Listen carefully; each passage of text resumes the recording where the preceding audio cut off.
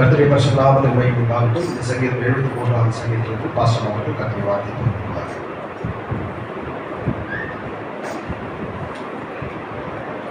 கர்த்தருடைய பரிசுத்த நாமத்திற்கு மகிமை உண்டாவதாக. ஆண்டவராகிய இயேசு கிறிஸ்துவின் நாமத்தினாலே இக்காலை வேளையிலே தேவ சந்நிதியில் வந்திருக்கிற தேவ பிள்ளைகள் யாவருக்கும் ஸ்தோத்திரங்களையும் வாழ்த்துதலும் தெரிவித்துக் கொள்கிறோம். நாம் வாசித்த 73ஆம் சங்கீதம் 1 முதல் 28 வசனங்கள் வரைக்கும் கொடுக்கப்பட்டிருக்கிறது. 14 வசனங்களை நாம் வாசித்திருக்கிறோம். இந்த வேத பகுதியிலே பார்க்கும் பொழுது ஆசீர்வதிக்கப்பட்டவர்களின் தேவ நம்பிக்கையை குறித்து சொல்லப்படுகிறது. ஆசாப் என்கிறதான ராக தலைவன் எழுதினதான ஒரு சங்கீத பகுதியாக இருக்கிறது. இந்த ஆசாப் ஒரு ராக தலைவன், ஒரு பாடகனாக இருக்கிறான். பாடகர் குழுவினுடையதான ஒரு தலைவன் தான் தேவனாகிய இந்த ஆசாப் இருக்கிறார். இந்த ஆசாப் பஞ்சலோக கைத்தாளங்களை வாசிப்பதிலும் சுரமண்டங்களை மீட்டு தம்புருகளை வாசித்து பல தேவ பிள்ளைகள் சங்கீதங்களை இயற்றி ராக தலைவனத்தில் ஒப்புவிக்கும் பொழுது அவர்கள் இசை மீட்டு பாடுவது இஸ்ரவேல் தேசத்திலே இஸ்ரவேலர்களிடத்திலே ஒரு வழக்கமாக இருந்தது. 1 நாளாகமத்திலே 15ஆம் அதிகாரம் 19ஆம் வசனத்திலும் 25ஆம் அதிகாரம் 1 வசனத்திலே இந்த ஆசாப்பை குறித்து சொல்லப்பட்டிருக்கிறது. ஆசாப் தன்னுடைய சங்கீதத்தை ஆரம்பிக்கும் பொழுது இஸ்ரவேலருக்கு தேவன் நல்லவராக இருக்கிறார் என்று சொல்லி ஆரம்பிக்கிறார். இந்த உலகத்திலே தேவனுடைய பராமரிப்பு அதிகமாக கொடுக்கப்பட்டிருக்கிறது. நீதிமான்களை விட துன்மார்க்கர்கள் ஐஸ்வர்யங்களாக செலுத்தியிருக்கிறார்கள் என்பதை பார்க்கும் பொழுது ஆசாப்பினுடைய இருதயம் கலங்கி தன்னுடைய இருதயத்தின் கலக்கத்தையும் போராட்டத்தையும் கர்த்தரத்தை தெரிவிக்கிறதான பகுதிதான் நாம் வாசிக்கப்படுதான வேத வசனமாக இருக்கிறது.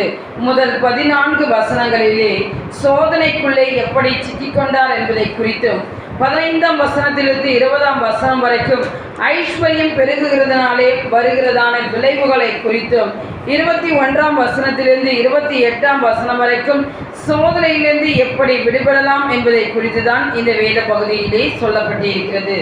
இந்த வேத பகுதியிலே நம்முடைய தியானத்திற்கென்று நாம் எடுத்துக்கொண்டதான வசனம் 73ஆம் சங்கீதம் 1 வசனத்தை நாம் வாசிப்போம்.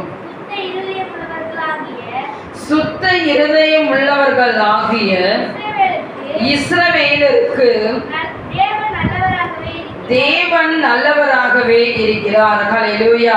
சுத்த இருதயம் உள்ளவர்கள் ஆகிய இஸ்ரவேலருக்கு தேவன் நல்லவராகவே இருக்கிறார். ஹல்லேலூயா, ஹல்லேலூயா. தேவ பிள்ளைகள், ஏசாயா தீர்க்கதரிசன புத்தகத்தை நாம் திருப்பிக் கொள்வோம். ஒரு வசனத்தை வாசிப்போம். 63ஆம் அதிகாரம் 7ஆம் வசனத்தை நாம் வாசிப்போம். கர்த்தர் எங்களுக்கு செய்ததின் நிமித்தம் எல்லாவற்றிற்கும் தக்கதாக அவர் தம்முடைய இரக்கங்களின்படியையும் திரளான தயவுகளின்படியையும் இஸ்ரவேல் வம்சத்துக்கு செய்த மகா நன்மைக்கு தக்கதாகவும் கர்த்தருடைய கிரியைகளையும் கர்த்தருடைய துதிகளையும் பிரஸ்தாபம் பண்ணுவேன் என்று பார்க்கிறோம்.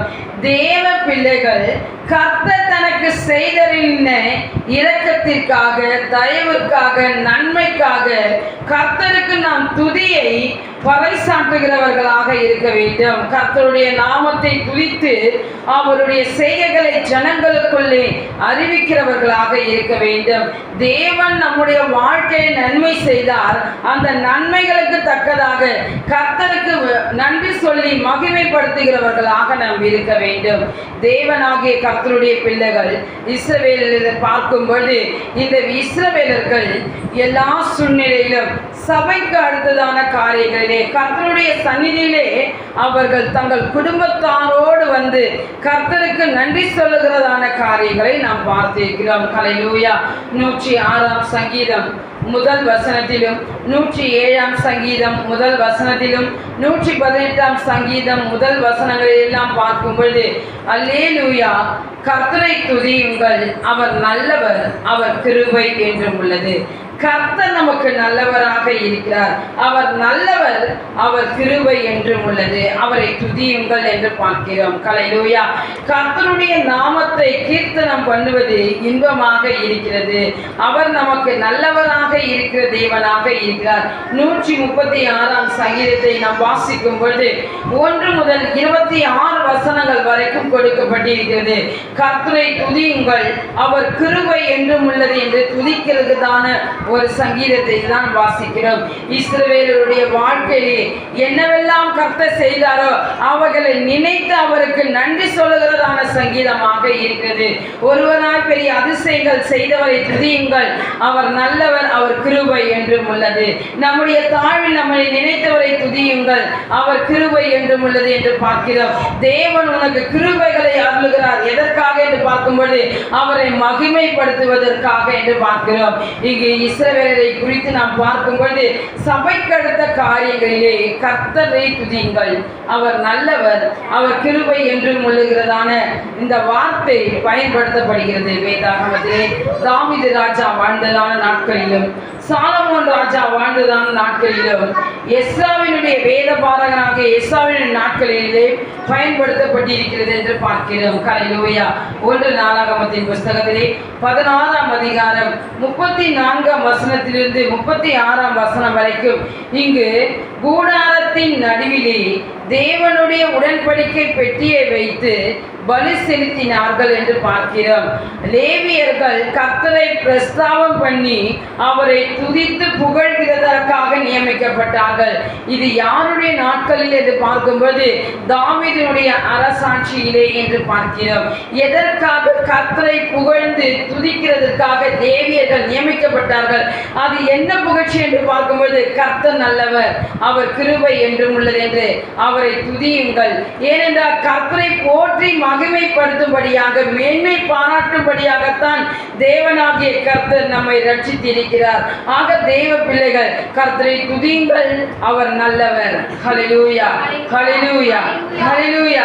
சாலமோனுடைய நாட்களிலே பார்க்கும்போது 2 நாளாகமத்தின் புஸ்தகத்திலே 5ஆம் அதிகாரம் 12-13 வசனங்களிலே பார்க்கும்போது இங்கு தேவன் ஆலயத்தை கட்டின பிற்பாடாக கர்த்தருடைய உடன்படிக்கை பெட்டியை சீயோன் என்கிறதான தாவீதின் நகரத்திலிருந்து கொண்டு வந்து தேவனுடைய ஆலயத்தின் சன்னிதானத்திலே வைத்தார்கள் என்று பார்க்கிறோம்.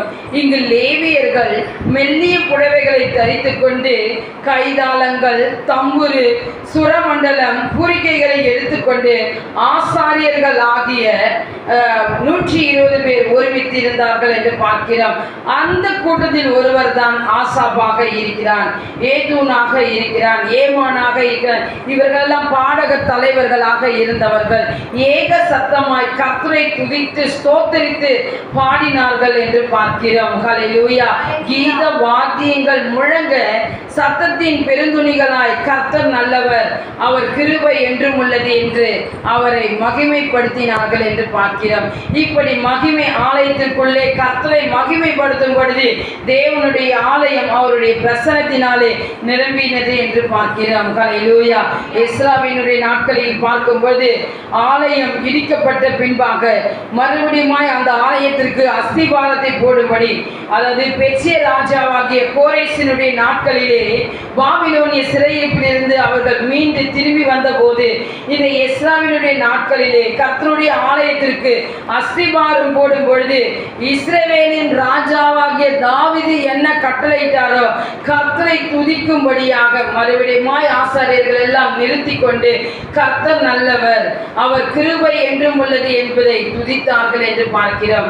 அதாவது முறையாக துதித்தார்கள். மறுபடியும் அந்த வார்த்தைகளை அவர்கள் பயன்படுத்தி மகா சத்தமாய் கெம்பீரித்து ஆர்ப்பரித்தார்கள். எதற்கென்றால் கர்த்தருடைய ஆலயத்திற்கு அஸ்திபாரம் போடப்பட்டது என்று என்று பார்க்கிறோம். ஹல்லேலூயா.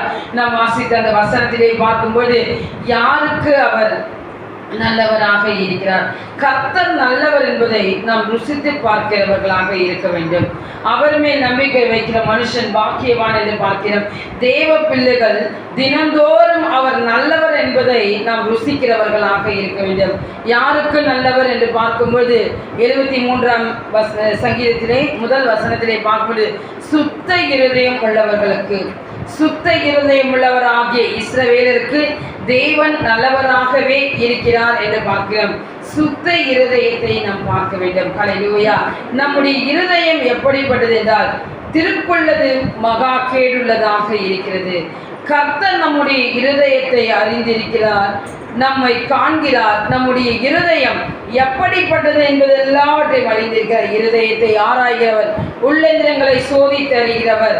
இந்த நாளிலும் இங்கு தாவீதை குறித்து பார்க்கும்போது பச்சை பாலினத்திலே அவன் பாவம் செய்த போது தன்னுடைய தவறை கர்த்தரின் மூலமாக, நாத்தான் தீர்க்கதரிசி மூலமாக உரைக்கப்பட்டதின்படியாக உன்னுடைய பாவத்தை குறித்து உணர்த்தப்பட்ட பின்பாக அந்த சங்கீதத்தை அவன் எழுதுகிறான் என்று பார்க்கிறோம்.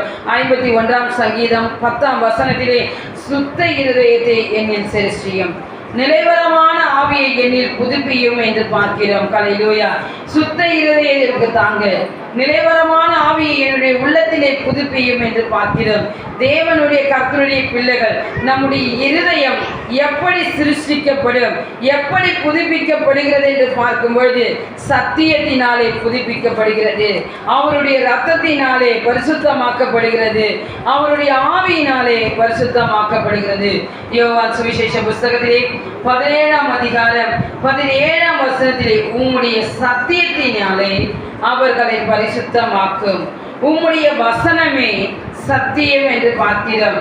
சத்தியத்தினாலே, தேவனுடைய வார்த்தையினாலே நம்மை வழிநடத்துகிற தேவனாக இருக்கிறார். சத்தியத்திற்குள்ளே நடத்தி நம்மை மகிமையிலே கொண்டு சேர்ப்பதற்கு அவர் வல்லவராக இருக்கிறார். ஹல்லேலூயா. தேவனாகிய கர்த்தருடைய பிள்ளைகள், அவருடைய வார்த்தைகளின் நிமித்தமாகத்தான் நாம் பரிசுத்தமாக்கப்படுகிறோம். ஹல்லேலூயா. ஹல்லேலூயா. நமக்குள்ளே இருக்கிற எல்லா கரைகளும் திரைகளும் எல்லா அசுசிகளும் நீங்க வேண்டுமானால் கர்த்தருடைய வார்த்தைகள், நான் பாவம் செய்யாதபடிக்கு உமது வாக்கை என் இருதயத்திலே வைத்தேன் என்று சொல்லப்படுகிறது. கர்த்தருடைய வார்த்தைகள் நம்முடைய இருதயத்தில் இருக்குமானால் நாம் சுத்தமாக இருக்கிறோம். வாலிபன் தன்னுடைய வழியை எதனால் சுத்தம் பண்ணுவான்? உமது வசனத்தின்படி தன்னை காத்து கொள்கிறதினால் தானே என்று பார்க்கிறோம்.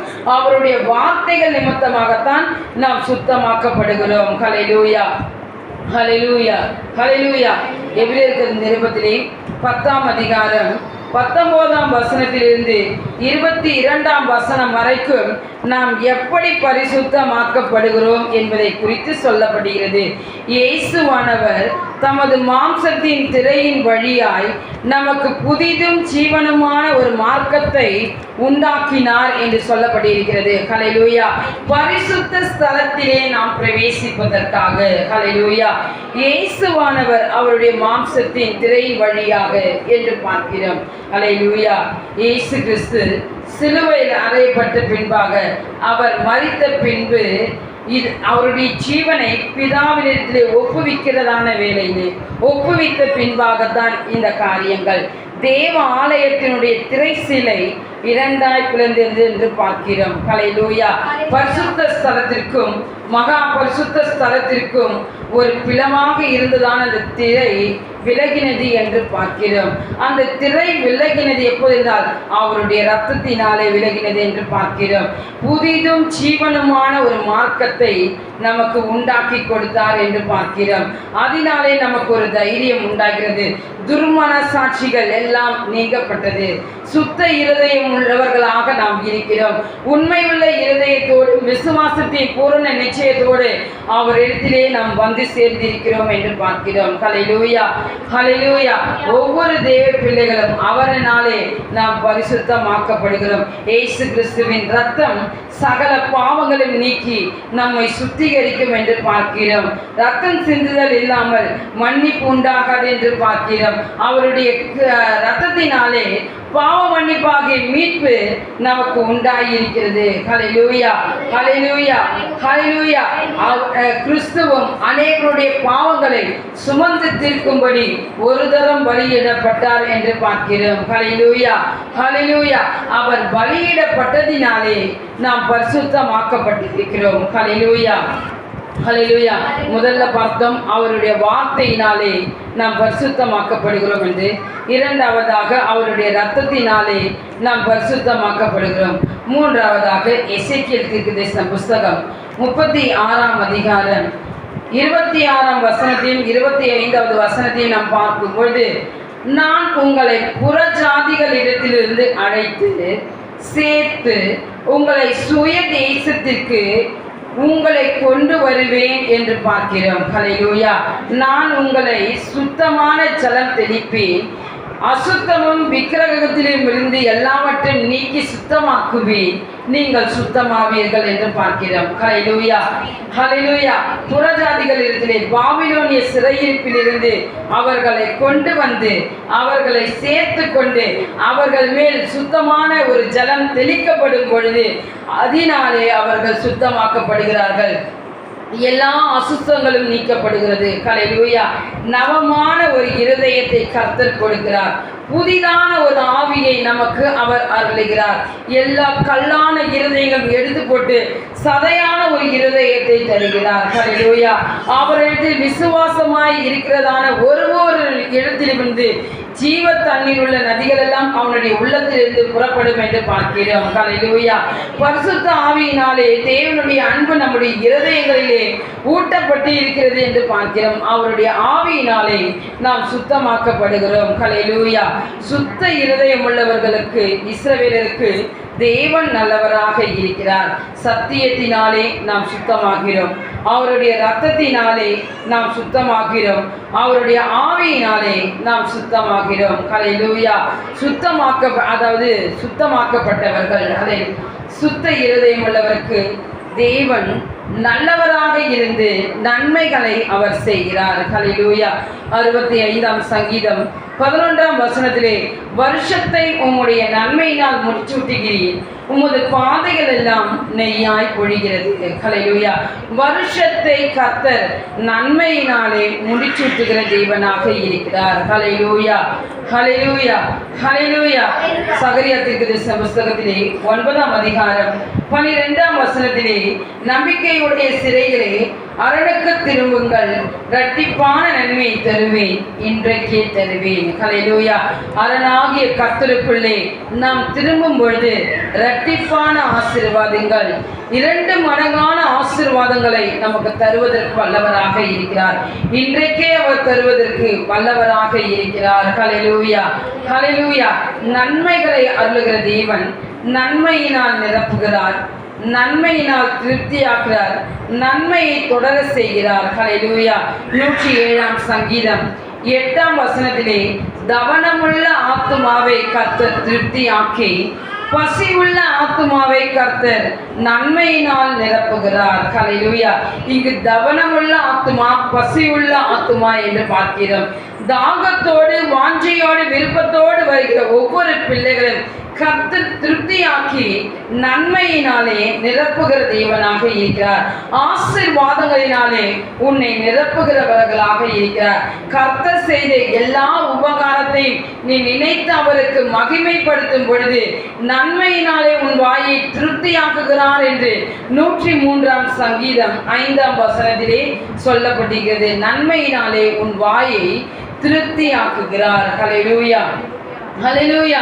கர்த்தர் நம்முடைய மேய்ப்பராய் இருந்து அவருடைய வார்த்தையினாலே நம்மை வழிநடத்தும் பொழுது ஜீவனுள்ள நாளெல்லாம் நன்மையும் கிருபையும் நம்மை தொடர செய்கிற தேவனாக இருக்கிறார். 23ஆம் சங்கீதத்திலே 6ஆம் வசனத்திலே சொல்லப்பட்டிருக்கிறது. இக்காலை வேளையிலே வந்திருக்கிற ஒவ்வொரு பிள்ளைகளும் சுத்த இருதயம் உள்ளவர்களாக நாம் இருக்கும் பொழுது தேவன் நல்லவராக இருந்து நம்முடைய வாழ்க்கையை நன்மைகளை செய்வதற்கு வல்லவராக இருக்கிறார். ஹல்லேலூயா, ஹல்லேலூயா. அவருடைய வார்த்தையினாலே சுத்த இருதயத்தை தருகிறார். அவருடைய இரத்தத்தினாலே சுத்த இருதயத்தை நமக்கு தருகிறார். அவருடைய ஆவியினாலே சுத்த இருதயத்தை நமக்கு தருகிறார். இக்காலை வேளையிலே வந்திருக்கிற ஒவ்வொரு பிள்ளைகளுக்கும் சுத்த இருதயம் உள்ள உங்கள் ஒவ்வொருவருக்கும் அவர் நல்லவராக இருந்து நன்மைகளை செய்கிறார். நன்மையினால் நிரப்புகிறார், நன்மையினால் திருப்தியாக்குகிறார், நன்மையை நம்முடைய வாழ்க்கையிலே தொடர செய்கிற தேவனாக இருக்கிறார். கர்த்தர் இந்த சங்கீத பகுதியை கொடுத்த பின்னால் நாம் கரங்களை தட்டி தேவநாமத்தை ஒருமித்து மகிமைப்படுத்துவோம். Praise the lord, praise the lord, praise the Lord.